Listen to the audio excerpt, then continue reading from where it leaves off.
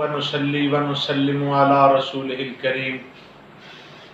اما بعد فاعوذ بالله من الشيطان الرجيم بسم الله الرحمن الرحيم فقال الله تبارك وتعالى في الكلام القديم والقرآن الحكيم بلسان النبي الكريم الأمين القسيم الوسيم الفهيم قسيم الوسيم الفهيم الجسيم النعيم قل لا أسألكم عليه أجرا إلا المودة في القربى صدق الله مولانا العظيم وبلغنا رسوله النبي الكريم ونحن على ذلك من الشاهدين والشاكرين تجھ کو میں سناؤں فسانہ حسین کا تجھ کو میں سناؤں فسانہ حسین کا ارے نبیوں کا تاجدار ہے نانا حسین کا ایک پل بس ایک پل تھی حکومت یزید کی صدیاں حسین کی ہیں زمانہ حسین کا صدیاں حسین کی ہیں صدیاں حسین کی ہیں زمانہ حسین کا کس کا ذکر شروع کیا ہم نے کن کا نام لیا قرآن کس کی عظمتیں بیان کر رہا ہے کن لوگوں کی محبت جو ہے وہ جزو ایمان ہے اور قرآن سے پوچھیں میں نے 25ویں پارے کے چوتھے رکوع کی آیت مبارکہ تلاوت کرنے کا شرف حاصل کیا میرے محترم سامعین و سامعات یہ محرم الحرام کا مہینہ ہے اور الحمدللہ یہ وہ ماہ مقدس ہے جس کی پہلی تاریخ کو بھی شہادت ہے اور جس کی پہلی تاریخ کو اس شخص کی شہادت ہے جسے زمانہ فاروق اعظم کے لقب سے یاد کرتا ہے جسے رسول کونین صلی اللہ علیہ وآلہ وسلم کی امت کا محدث کہا گیا ہے اور محرم کی 10 تاریخ کو وہ عظیم سانحہ پیش آیا کہ تاریخ عالم جس کی مثال پیش کرنے سے قاصر ہے امام حمام تشنہ کام نواسہ رسول جگر گوشہ بطول لخت جگر سیدۃ النساء العالمین حضرت امام حسین رضی اللہ تعالیٰ عنہ کی وہ عظیم قربانی کہ زمانہ جسے ہمیشہ صبح قیامت تک یاد رکھے گا قرآن کریم کی آیت مبارکہ میں نے پڑھی اللہ کریم نے فرمایا کل پر پیارے حبیب فرما دیجئے کہہ دیجئے لا اسالکم میں تم سے کچھ نہیں مانگتا میں تم سے کچھ طلب نہیں کرتا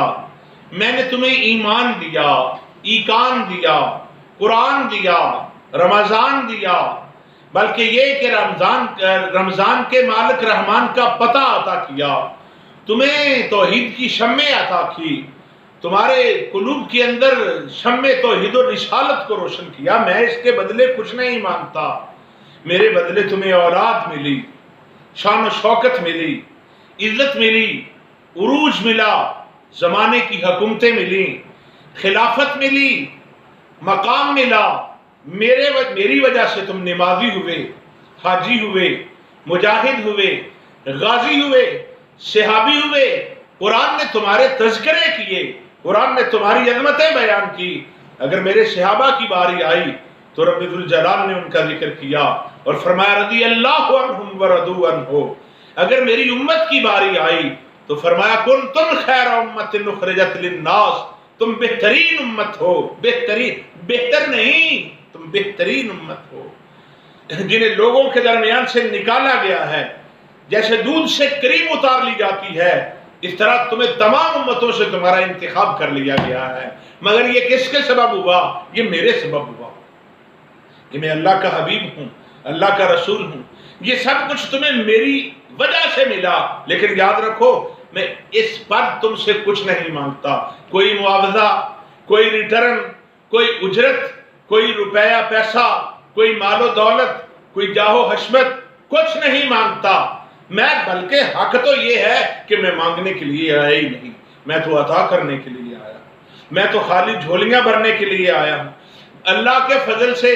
میری بارگاہ میں اگر کوئی بیمار آ جائے تو وہ شفا حاصل کرتا ہے کوئی بھوکا آ جائے تو بھوک مٹا دی جاتی ہے، کوئی سوالی آ جائے عطا کر دیا جاتا ہے، اور اس کو اتنا دیا جاتا ہے پھر اسے مانگنے کی حاجت نہیں رہتی۔ اسی سبب سے سید العلماء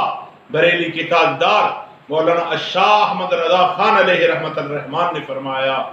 خالق کل نے آپ کو مالک کل بنا دیا،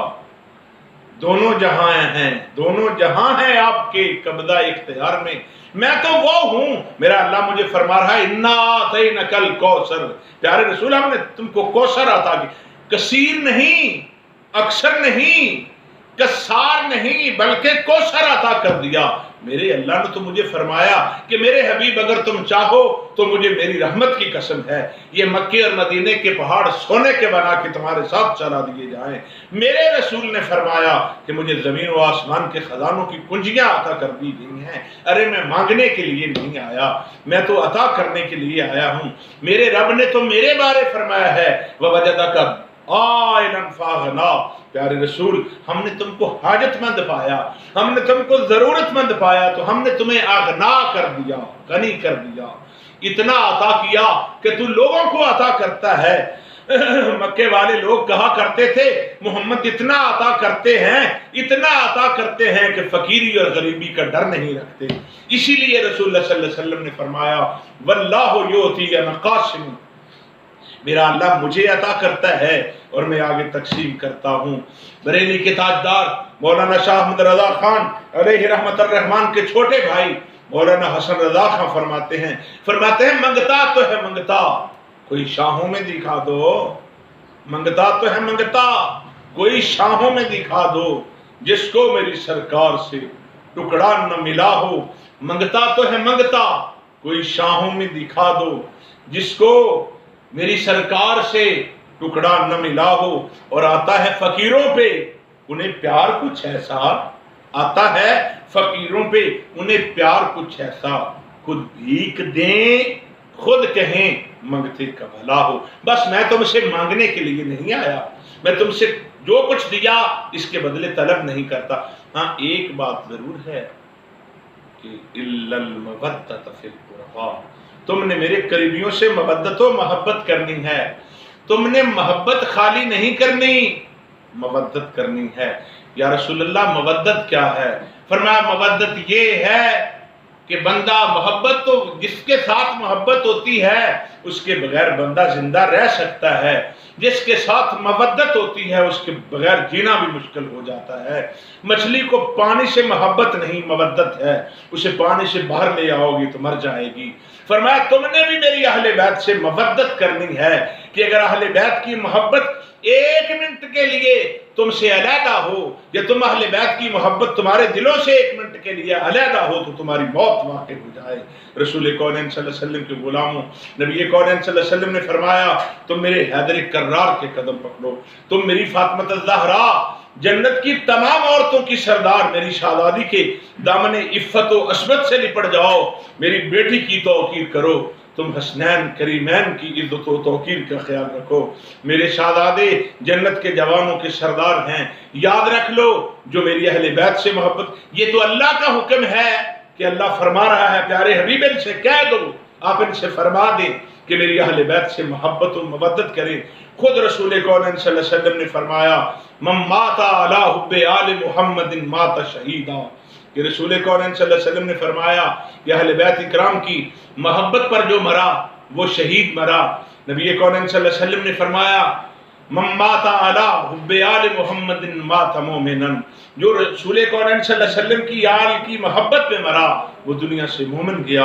ایمان کے ساتھ گیا۔ مولانا روم حبیب قیوم رحمت اللہ علیہ فرماتے ہیں میں اپنے معافی ضمیر کو وائنڈ اپ کر رہا ہوں اور اس شعر کے ساتھ کہ مولانا روم حبیب قیوم فرماتے ہیں حب درویشاں کلید جنت است، حب درویشاں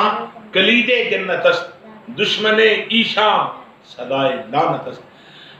درویشوں کی محبت جو ہے، فقیروں کی محبت جو ہے، اولیاء اللہ کی جو محبت ہے وہ جنت کے دروازے کی چابی ہے۔ ارے غور کیجئے، فیصلہ آپ کے ہاتھ میں، فیصلہ آپ نے کرنا ہے۔ اگر اللہ کے ولیوں کی محبت جنت کے دروازے کی چابی ہے، اگر اولیاء کاملین کی محبت کا یہ عالم ہے تو ان کی محبت کا عالم کیا ہوگا جن کے قدموں کی خیرات ولایت ملتی ہے۔ زمانے میں کوئی بندہ اس وقت تک ولی کامل نہیں بن سکتا جب تک اس کی سند ولایت پہ علی المرتضیٰ، شیر خدا، اسد اللہ الغالب، فاتح خیبر، زوج بطول، مرد مقبول جناب شیر خدا کی مہر نہیں لگتی، تب تک بھی دنیا میں کوئی بندہ اس کی سند ولایت پہ جب تک شیر خدا کی مہر نہیں لگے گی وہ اللہ کا ولی ہو ہی نہیں سکتا۔ اگر اولیاء کاملین کی محبت کا عالم یہ ہے تو سید الاولیاء جناب علی المرتضیٰ اور آپ کے گھر والوں کی محبت کا عالم کیا ہوگا۔ اللہ کے حضور دعا ہے اللہ ہمیں مرتے دم تک اہل بیت رسول صلی اللہ علیہ وآلہ وسلم سے اور اصحاب رسول صلی اللہ علیہ وآلہ وسلم سے محبت کرنے کی توفیق عطا فرمائے، آمین۔ ھذا وباللہ التوفیق۔